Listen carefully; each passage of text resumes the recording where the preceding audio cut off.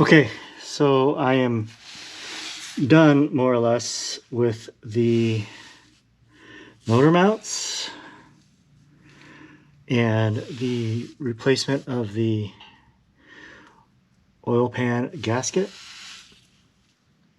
I didn't torque anything to spec per se, I just kind of did it by feel.